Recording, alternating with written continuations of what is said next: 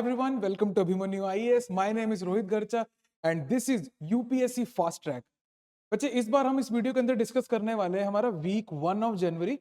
However ये completely week 1 नहीं है, इसमें दिसंबर के 2 दिन इसमें इंक्लूडेड हैं. लास्ट वाले जो 2-3 दिन थे उसके भी कुछ कुछ करंट अफेयर्स आज हम इसमें डिस्कस करने वाले हैं. राइट, आइए बच्चे. सबसे पहला टॉपिक जो है हमारा वो again it is from economic affairs.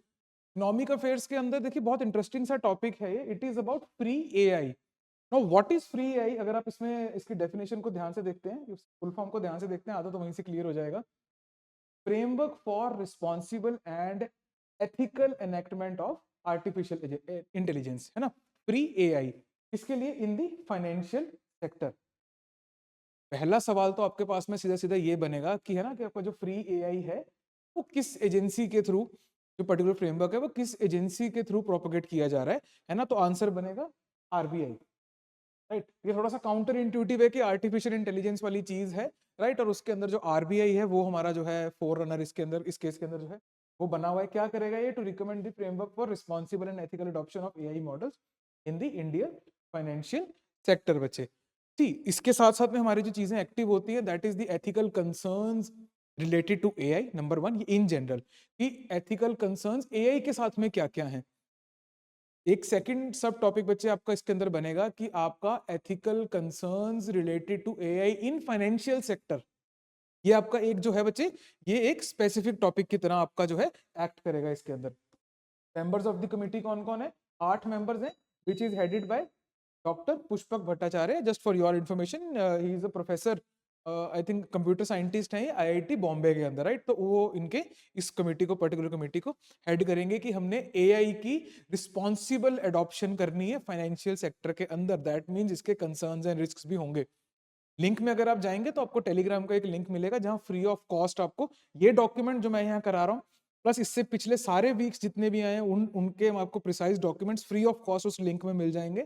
Plus आपको उसके अंदर स्पॉटलाइट सीरीज जिसके अंदर हम एक टॉपिक मेंस के हिसाब से डिस्कस करते हैं, तो वो उसकी भी आपको जो पीडीएफ है वहीं पे फ्री ऑफ कॉस्ट मिल जाएगी. जाइए लिंक में जाइए, टेलीग्राम को जो है आप ज्वाइन कर सकते हैं बच्चे. आगे चलते हैं. नेक्स्ट टॉपिक में हमारे पास में है बच्चे इंडिया ऑस्ट्रेलिया ईसीटीए. ईसीटीए क्या चीज है बच्चे? ईसीटीए क्या चीज है? It is India Australia economic cooperation and trade agreement. तो बेसिकली ये ECTA is nothing but a trade agreement India और ऑस्ट्रेलिया के बीच में. क्यों न्यूज में आया है कि इसके जो है 2 इयर्स हो गए हैं बायलैटरल टाइज के, जो हमने इस पर्टिकुलर ईसीटीए के थ्रू, इस ट्रेड एग्रीमेंट के थ्रू जो हमने बच्चे स्टार्ट किया था. Right, UPSC point of view से या प्रीलिम पॉइंट ऑफ व्यू से अगर आप स्टेट एग्जाम भी दे रहे हैं तो आपका पीसीएस आईएएस दोनों के अंदर जो है ये पर्टिकुलर चीज, इसमें थोड़ी कम चांसेस हैं लेकिन पीसीएस में पूछने के चांसेस हैं कि कब ये साइन हुआ था. अप्रैल 2 2022. मतलब हमने साइड स्टेप कर दिया कि अप्रैल 1 को साइन नहीं करना इसको, है ना, कहीं लोगों को लगे मजाक ही है. दूसरा, it came into effect on December 29, 2022. Right, after ratification from the both countries. इस पर्टिकुलर चीज के अंदर हमारा जो टारगेट है that is called target for 2030. इसी पर्टिकुलर ट्रेड एग्रीमेंट के साथ में both countries aim to achieve trade target of $100 billion by 2030 बच्चे. तो ये आपका ईसीटीए. ईसीटीए की और डिटेल्स जो हैं आप अगर चाहें तो पढ़ सकते हैं, लेकिन जो प्री के अंदर आएगा वो कहीं इसी के अराउंड आपको सवाल पूछे जा सकते हैं बच्चे. चलिए आगे चलते हैं. Next is India's manufacturing sector. ये भी एक पर्टिकुलर क्योंकि ईयर एंड हो रहा था, नया ईयर आ रहा था, तो हेंस एक समरी सी आ जाती है कि इंडिया का मैन्युफैक्चरिंग सेक्टर कहाँ को जा रहा है. Hence this particular news is there, है ना. आपको ज्यादा इसमें कुछ याद करने की जरूरत नहीं है, जस्ट थोड़ा थोड़ा ऊपर ऊपर से इसको आप स्किम कर लीजिए कि मैन्युफैक्चरिंग सेक्टर में क्या चल रहा है. Manufacturing exports have registered their highest ever annual exports of $447.46 billion US. Right, तो ये हमारा एक्सपोर्ट फिगर्स है. मैन्युफैक्चरिंग एक्सपोर्ट्स की बात हो रही है बच्चे, विद 6.03% ग्रोथ. राइट, तो ये एक अच्छा ग्रोथ प्रोस्पेक्ट है. इसके अलावा बाकी जो हमारे प्रोस्पेक्ट्स हैं वो मैंने यहाँ पे मेंशन कर दिए. लेट मी रिमाइंड यू कि ये पर्टिकुलर डॉक्यूमेंट आपको नीचे लिंक में फ्री ऑफ कॉस्ट मिल जाएगा. जाइए टेलीग्राम ग्रुप को ज्वाइन कीजिए.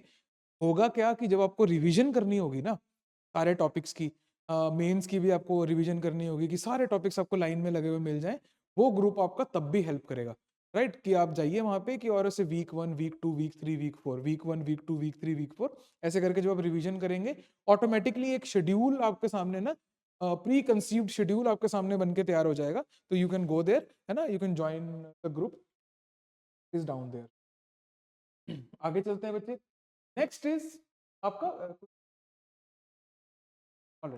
नेक्स्ट इज आपका FSR, फाइनेंशियल स्टेबिलिटी रिपोर्ट। बच्चे ये पर्टिकुलर रिपोर्ट जो है हम साल में 2 बार पढ़ते हैं क्लास में, क्योंकि ये रिपोर्ट साल में 2 बार ही आती है।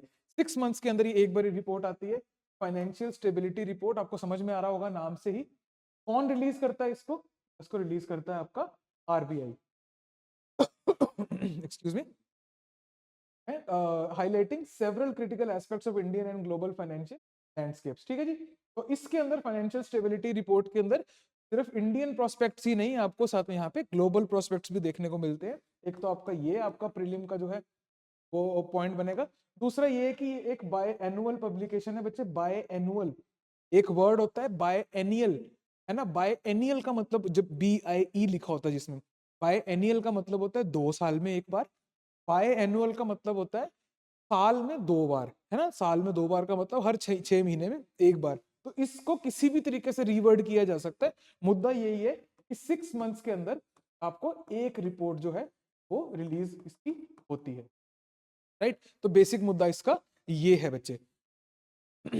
Now it reflects the collective assessment of sub committee of the FSDC which is your financial stability and development council, जिसका मैंने शॉर्ट नोट आपको यहाँ मेंशन कर दिया है बच्चे।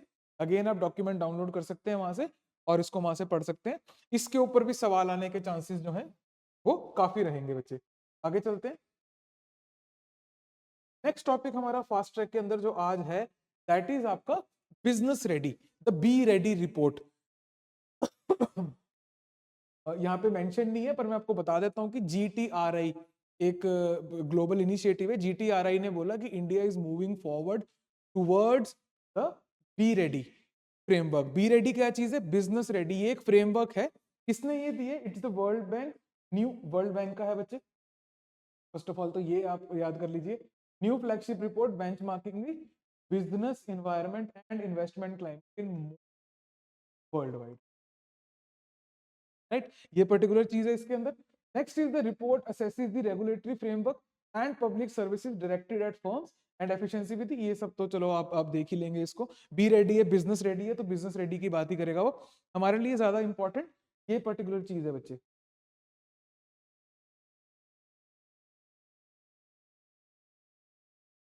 अब देखिए ध्यान से यहाँ पे, it is replacing the world bank groups earlier doing business index. ठीक है। एक तो आपका प्री का पॉइंट यहां से बनेगा कि जो बी रेडी रिपोर्ट है ये किसको रिप्लेस करती है? वो इस चीज को रिप्लेस करती है, doing business index. World bank पहले निकालता था, अब नहीं निकालता, राइट। अब क्या आती है? Be ready which is your business ready. इसके आपको बेसिकली 3 पिलर्स हैं। 3 पिलर्स कौन कौन से हैं? पिलर 1 स्टेट्स की रेगुलेटरी फ्रेमवर्क कैसा होना चाहिए, दूसरा पब्लिक सर्विसेज कैसी होनी चाहिए, last one is operational efficiency. In 3 topics को जो बी रेडी रिपोर्ट है वो कंसीडर करती है। आपको इसके अराउंड जो है सवाल पूछा जा सकता है। वो एक पिलर नंबर 4 जो है आपको इंट्रोड्यूस कर देंगे, है ना, कोई ऐसे बनावटी सा, और वो आपको पूछेंगे which one of the following is not a pillar in the be ready report. तो आपको वो आइडेंटिफाई करना होगा। अगर ये चीज पता होंगे आपको, ROP regulatory framework, operation efficiency, public services, है ना। तो अगर आपको ROP याद रह जाता है तो आपको पिलर 4 को आइडेंटिफाई करने में थोड़ी सी हेल्प जो है वहां पे बच्चे मिल सकती है। फास्ट ट्रैक में अगले टॉपिक पे चलते हैं विच is your web summit. Again इसमें हम ज्यादा टाइम नहीं स्पेंड करेंगे। वेब समिट क्या चीज है? It is world audio visual entertainment summit.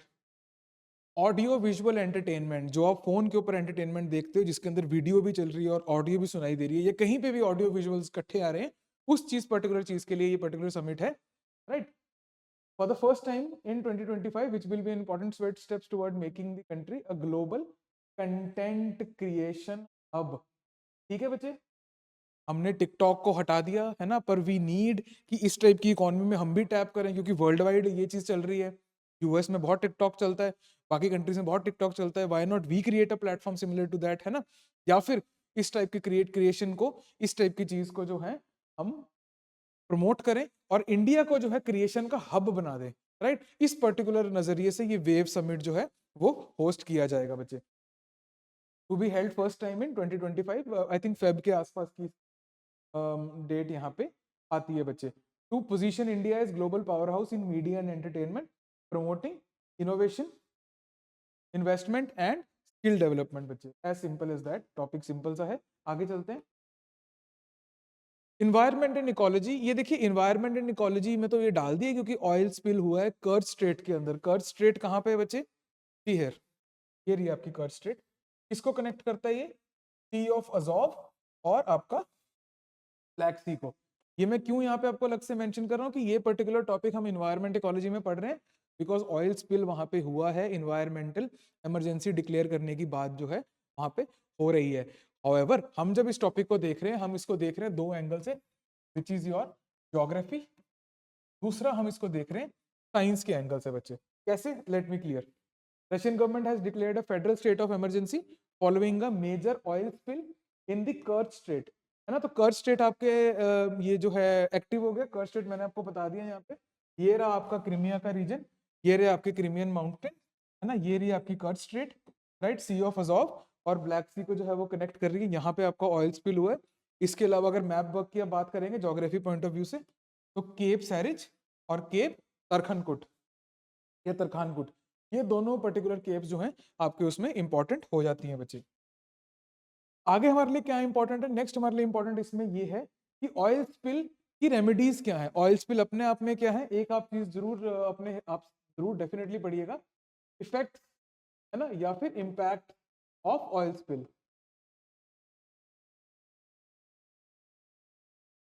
Right. ये पर्टिकुलर चीज को आपको पढ़ना जरूरी है ना, कि आपके इफेक्ट्स या इम्पैक्ट क्या होते हैं ऑयल स्पिल के, और डिटेल में पढ़ना जरूरी है। यूपीएससी पूछ सकता है उसको, राइट। इस वीडियो के अंदर क्योंकि ये फास्ट ट्रैक है, हमको फास्ट फास्ट तरीके से सारे करंट अफेयर्स को वीक 1 के कवर करना होता है, हेंस यहाँ पे थोड़ा सा टाइम कम रहता है बच्चे। रेमेडी बच्चे तीन टाइप की होती है। एक आपकी बायो रेमेडी होगी है, इसके अलावा ये दोनों these are somewhat physical in nature, है ना। बायो रेमेडी में क्या आता है? यूज ऑफ माइक्रो ऑर्गेनिज्म, जैसे ऑयल जैपर, इसके ऊपर यूपीएससी सवाल जो है वो ऑलरेडी पूछ चुका है एक बार, है ना। और दूसरा ओलिवोरस एस, राइट, ये आपका बायो रेमेडिएशन में आ जाता है, use of micro organism oil को वहां से कलेक्ट करने के लिए। दूसरा है booms and skimmers, these are physical in nature, कि सच में इकट्ठा करके उसको स्किम कर लिया जाए। Last one is sorbents. Sorbents is big sponges. Sorbent ये एब्जॉर्ब वर्ड जैसा होता है, it absorbs the oil, right, तो उसको हम बोल देते हैं सॉर्बेंट्स। तो ये आपका टॉपिक है oil spill in Kerch Strait. तीन एंगल से देखा हमने, इन्वायरमेंट, इकोलॉजी और मेनली आपका ज्योग्राफी और आपका साइंस एंड टेक, इसका पोर्शन बनेगा बच्चे। आगे चलते हैं। Next is environment and ecology के अंदर there is this wild life sanctuary which is called Coringa wild life sanctuary, you can see here बच्चे। कोरिंगा वाइल्ड लाइफ सेंचुरी के अंदर we have something called a fishing cat. Confuse नहीं होना, fishing cat कोई fish का नाम नहीं है ना, it's the name of a cat, it's a wild cat. उसकी कॉलरिंग का प्रोजेक्ट है। अब वो इतना इंपॉर्टेंट नहीं है, या तो हो सकता है वो पूछ ले कि कोरिंगा वाइल्ड लाइफ सेंचुरी के अंदर एक कॉलरिंग का प्रोजेक्ट है, वो जनवरी के अराउंड अनाउंस हुआ था, वो कौन सी एनिमल स्पीशीज के लिए हुआ था, तो वहां आपके काम में आ सकता है। अबाउट फिशिंग कैट, ये आपका जो है इसका साइंटिफिक नेम, ये थोड़ा बहुत इट बिकम समवट इंपॉर्टेंट इस पर्टिकुलर टॉपिक। ऐसे टॉपिक में इस टाइप की चीज थोड़ी सी इंपॉर्टेंट हो जाती है। क्या है ये? It is a medium size wild cat, right, solitary और नॉक्टर्नल प्रीडेटर है बच्चे ये। दूसरा हमारा जो एंगल इसमें एक्टिव होता है, that is your Coringa wild life century. It is a part of Godavari estuary बच्चे, यहाँ पे इसको देखिएगा, गोदावरी एस्चुरी का ये पार्ट है, right, where Coringa river meets with the merges with the Bay of Bengal, right. कहाँ पे? आंध्र प्रदेश के काकीनाडा डिस्ट्रिक्ट के अंदर। नेक्स्ट इज कि इसी एरिया के अराउंड आपको जो है होप आइलैंड मिलता है, इसी के कॉन्फ्लुएंस में। दैट मीन्स ये जो पर्टिकुलर रिवर है, कोरिंगा रिवर है, ये फ्रीली मर्ज नहीं होती। There is an island, there is an barrier out there which is called Hope Island, which blocks the direct confluence of the sea and Godavari. That means जो आपका कुरिंगा wild life century है, ये mostly 40% आपका back waters में आता है ना। Back waters आपको पता होगा क्या चीज होती है, तो ये बैक वाटर्स, इसके अंदर 40% जो एरिया है वो बैक वाटर्स के अंदर है। बचा हुआ जो एरिया है वहां पे आपको जो है मैंग्रोव्स, है ना, और मैंग्रोव्स के साथ में क्रीक्स, क्रीक्स एंड मैंग्रोव जो है वहां पे आपको देखने को मिलते हैं बचे हुए एरिया में। आगे चलते हैं बच्चे, नेक्स्ट टॉपिक में चलते हैं। नेक्स्ट टॉपिक हमारा क्या बोलता है? नेक्स्ट टॉपिक इज ज्योग्राफी का। अब हालांकि ये ज्योग्राफी का है but it is also a topic of IR, international relations का भी टॉपिक है, बिकॉज ये सयांग अपर एक रीजन का नाम है। रिवर सयांग इज रिवर, सयांग अपर एक रीजन का नाम है। वहां पे एक मल्टीपर्पज प्रोजेक्ट, ये इंडिया का लार्जेस्ट हाइड्रो पावर प्रोजेक्ट जो है वो बनने वाला है वहां पे, इंडिया का लार्जेस्ट। क्यों? क्योंकि हम चाइना के एक मेगा प्रोजेक्ट को जो है वो काउंटर कर रहे हैं वहां पे। चाइना ने आपकी यारलंग सैंगपो, ये एक ही रिवर के नाम है बच्चे। आइए थोड़ा सा कॉन्टेक्स्ट देखते हैं इसमें।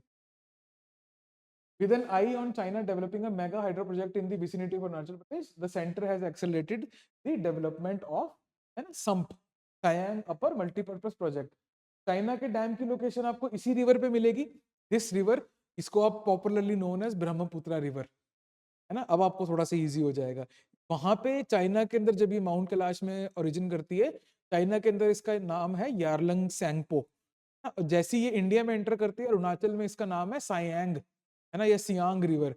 तो ये वहां पे आके सियांग रिवर बन जाती है। तो चाइना ने उस अपने एरिया के अंदर वहां पे एक डैम वो जो है कंस्ट्रक्शन वहां पे शुरू कर दी है, जो कि आपका 80% ऑफ द ब्रह्मपुत्र का पानी वो वहां पे यूज अप हो जाएगा, ऐसा इंडिया बोल रहा है, राइट। इसको काउंटर करने के लिए this particular project is there. That means इसकी ज्योग्राफी जो है वो आपके लिए इंपॉर्टेंट हो जाती है। I would suggest to do some extensive map work for this particular area. मैं आपको सयांग के बारे में थोड़ा सा बताया था। तो Siang originates near Mount Kailash in Tibet, where it is known as Yarlung Tsangpo, right, T is silent. It travels over 1000 kilometers eastwards before forming a horseshoe bend around the towering Tamcha Barwa peak and entering Arunachal Pradesh as the Siang River।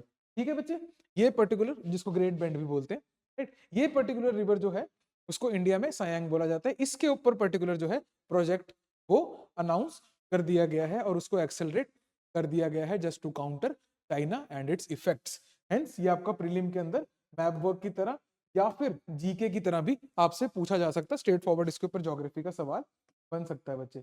आगे चलते हैं। That is annual ground water quality report 2024। ये भी अभी recently announce हुई है। हमारे लिए मेजर इंपॉर्टेंट क्या चीज है, कौन रिलीज करता है? Ministry of Jal Shakti, right. The ground water quality assessment वो carried out by central ground water board, which is different from central ground water authority, right. तो आपको दोनों के बीच में क्लियरली डिफरेंस पता होना चाहिए। नहीं पता तो आज के आज ही देख लेना उसको, राइट बच्चे। और इसके अंदर थोड़ा सा स्टेटस ऑफ ग्राउंड वाटर के बारे में बोला हुआ है, you can see it. Prelim के अंदर हो सकता है कि इसके अराउंड सवाल ना बने, वो यहाँ पे CGWB या CGWA से एक current derived static question form किया जा सकता है बच्चे। आगे चलते हैं। नेक्स्ट इज साइंस अफेयर्स के अंदर we have important topic, this is ANEEL, advanced nuclear energy for enriched life. क्या चीज है बच्चे? ये एक थोरियम बेस्ड, हाँ, क्या चीज है बच्चे? It is a thorium based fuel for pressurised heavy water reactors, है ना। तो ये पर्टिकुलर टॉपिक है। इसमें एनटीपीसी ने एक स्ट्रेटेजिक पैक्ट साइन किया है with US based CCTE, clean core thorium energy. एक तो सवाल यहां बनेगा कि जो आपका अनिल ये आपका थोरियम बेस्ड फ्यूल है आपका PHWRs के लिए, राइट, ये किन दो कंट्रीज के बीच का इनिशिएटिव है? एक तो सवाल आपका यहां से बनेगा which is India and US में भी अगर थोड़ा सा और कोर में पूछते हैं तो then it will be clean core thorium energy, right बच्चे। साथ में क्या इंपॉर्टेंट हो जाता है आपका, इंडिया के थोरियम रिजर्व्स, मोनाजाइट सैंड आपने सुना होगा, राइट। इसके अलावा कि थोरियम अपने आप में क्या चीज है, राइट, इसकी हाफ लाइफ और ये सब, ये जो बेसिक फैक्ट्स हैं, ये सारे ऑटोमेटिकली एक्टिव हो जाते हैं, which is a part of your static information. आगे चलते हैं बच्चे। फास्ट ट्रैक में हमारा जो नेक्स्ट टॉपिक है that is SpaDeX mission, right. किसका है ये? पहले तो सवाल आपसे यही पूछेंगे, इसरो का है, launch the space docking experiment. क्या इसका है? स्पेडएक्स का क्या मतलब है? Space docking experiment. यूपीएससी बहुत स्टैंडर्ड का पेपर पूछता है, वो इतने छोटे उस पर जाता नहीं है कि फुल फॉर्म बता दो।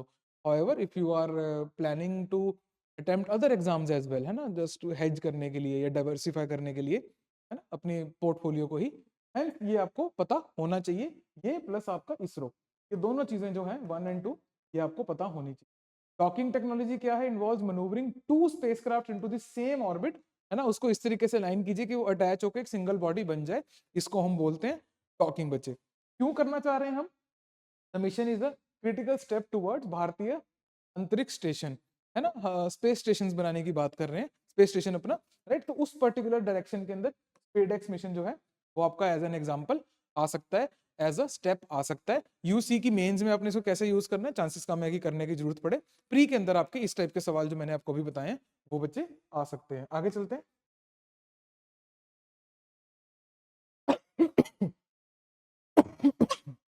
अगेन बच्चे समवॉट स्ट्रेटेजी हो गया क्योंकि 18th एडिशन है ऑफ एक्सरसाइज सूर्य किरण। हाँ, अब ऐसे घिसा पिटा सवाल हो जाएगा अगर ये आ जाएगा तो। सूर्य किरण किन दो कंट्रीज के बीच में होती है? It is a joint military exercise. UPSC अगर पूछेगा तो गेम करेगा यहाँ पे, मिलिट्री को एयरफोर्स कर देगा, ये नेवी कर देगा, ठीक है। तो सूर्य किरण तो याद रहेगा, नेपाल भी याद रहेगा, मिलिट्री जरूर याद रखना। वहां पे थोड़ी सी गड़बड़ हो सकती है, गड़बड़ घोटाला हो जाएगा आपके साथ में। +2 की जगह आपका -6 के करीब हो जाएगा। 2 नंबर जो आपने लाने थे वो गए, प्लस नेगेटिव हो गया, इसलिए -2.6 लिखा है मैंने, ठीक है जी। चलिए बच्चे, it's a bilateral joint military exercise between India and Nepal conducted annually since 2011 बच्चे, ठीक है बच्चे। The host nation alternates between India and Nepal, है ना, ये इसकी बेसिक इंफॉर्मेशन है। आगे चलते हैं। साइंस अफेयर्स के अंदर हमारा नेक्स्ट टॉपिक है हाइड्रोजेल। अगेन एक कैंसर थेरेपी के अंदर एक नई रेवोल्यूशनरी टेक्नोलॉजी आई है विच इज कॉल्ड हाइड्रोजेल। किसने डेवलप करा है ये? That is IIT Guwahati, IIT Guwahati and आपका बोस इंस्टीट्यूट कलकत्ता। हाइड्रोजेल क्या चीज है? दे आर वाटर बेस्ड, ये देखिए keywords, 3 dimensional polymer networks that can absorb and retain fluids, है ना। their unique structure mimics living tissues making them ideal for biomedical applications। UPSC इन्हीं words को टेढ़ा मेढ़ा करके चेंज करके आपसे पूछ लेगा, राइट। एंड यहाँ पे मैंने आपको हाइड्रोजेल्स की जो है वो क्लासिफिकेशन जो है यहाँ पे लिख के दे दिए। Again let me remind you कि आप नीचे लिंक में जाएंगे, आपको डॉक्यूमेंट मिल जाएगा, डॉक्यूमेंट को डाउनलोड कीजिए और इस चीज को आप डायरेक्टली वहां से पढ़ सकते हैं, प्लस आपके पास में एक जो है रिकॉर्ड भी रहेगा वहां पे। नेक्स्ट इज NAEG, नाएग बोल लो या इसको या नाग बोल लो, है ना, नाग बोलने में वैसे इट इज फनी थोड़ा सा। National awards for e governance, ठीक है, national awards for e governance. E governance की जब बात हो रही है कौन कर रहा है इसको? मिनिस्ट्री ऑफ, ये देखिए, personnel public grievances and pension. उन्होंने इस पर्टिकुलर अवार्ड शो के लिए, अवार्ड शो नहीं, इन पर्टिकुलर अवार्ड्स के लिए जो है गाइडलाइन जो है वो करी है बच्चे। क्या उसके अवार्ड्स रहने वाले हैं वो मैंने यहाँ पे मेंशन कर दिया आपको। Again you can download the document, read it free of cost, link is in the description बच्चे। आगे हम चलते हैं गवर्नेंस के अंदर। नेक्स्ट टॉपिक है that is your UDISE। What is UDISE? Unified district information system for education. कौन maintain करता है, कौन रिलीज करता है?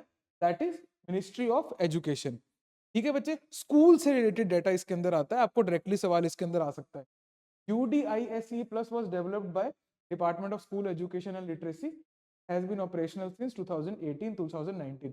पर्पस क्या है बच्चे इसका? It serves as online portal to collect and maintain data related to schools, teachers, enrolments, है ना, एंड इंफ्रास्ट्रक्चर। दोबारा देखिए इसको, schools, teachers, enrolments and infrastructure. तो जब ये हम डेटा को डिटेल में पढ़ते भी हैं ना तो उसमें यही होता है कि 50% स्कूल्स में बेसिक अमेनिटीज नहीं है, 90% स्कूल्स में ये है, ऐसे ऐसे करके उसको पूरा एक डेटा सेट आता है वहां पे, है ना। That particular thing is done by UIDSE। Data capture कैसे होता है ना, it is captured through data capture format compiled by the head teacher और द हेड मास्टर, राइट। तो मतलब स्कूल के लेवल पे अगर आप देखोगे तो आपको, स्कूल के लेवल पे देखोगे तो आपको जो इसकी हाईएस्ट अथॉरिटी स्कूल लेवल पे मिलेगी दैट इज योर प्रिंसिपल और दी हेडमास्टर। आगे चलते हैं बच्चे। नेक्स्ट टॉपिक, अगेन ये बहुत एक इंटरेस्टिंग सा टॉपिक है बच्चे। हालांकि देखो ये मेंस का टॉपिक ज्यादा है, प्री का टॉपिक कम है। मेंस में जो प्री में जब पूछा जाएगा इसके अंदर तो वो इसी के अराउंड रहेगा बच्चे, दैट होल्डिंग जजेस अकाउंटेबल। तो जजेस की अकाउंटेबिलिटी के लिए हमारे पास में लीगल प्रोविजंस क्या है, राइट। अभी रिसेंटली इलाहाबाद हाई कोर्ट के एक जज ने कुछ डेरोगेटरी तो नहीं कह सकते, मतलब I don't want to comment on that, right. Allahabad के एक जज ने कुछ ऐसे कमेंट्स किए थे जो कि अच्छे टेस्ट में नहीं थे, right. I think I should stick with the term derogatory. वो रिमार्क्स अच्छे नहीं थे बच्चे, राइट, वो जेन्युइनली अच्छे रिमार्क्स नहीं थे। तो अब क्योंकि जज ने वो चीज दे दी है, that means we need to hold जजेस अकाउंटेबल, की ऐसे ही नहीं है चबड़ चबड़ करके घूम सकते इधर उधर।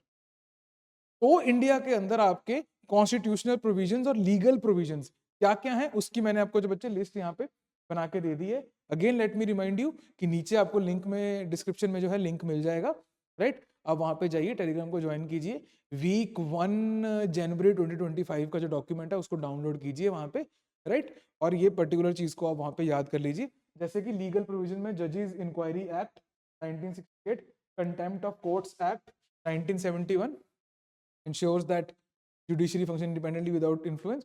इसके अलावा judicial standard and accountability bill जो कि अभी पेंडिंग है, लीगल यहाँ पे स्टेटस इंडिया में ये चल रहा है। कॉन्स्टिट्यूशनल प्रोविजंस आपके यहाँ पे मैंने आपको मेंशन करके बच्चे दे दिए हैं। यूपीएससी फास्ट ट्रैक के अंदर बच्चे इतना ही, हम ऐसी नई नई वीडियोस के साथ में आते रहेंगे। हर वीक में आपको एक वीडियो मिल जाएगी। पिछले वीक का जो प्रीसीडिंग वीक होता है उसमें आए हुए सभी करंट अफेयर्स को हम लोग सिर्फ और सिर्फ प्रीलिम पॉइंट ऑफ व्यू से कवर करते हैं इस सीरीज के अंदर। Thanks for watching, my name is Rohit Garcha, this is Abhimanyu IAS and you are watching fast track.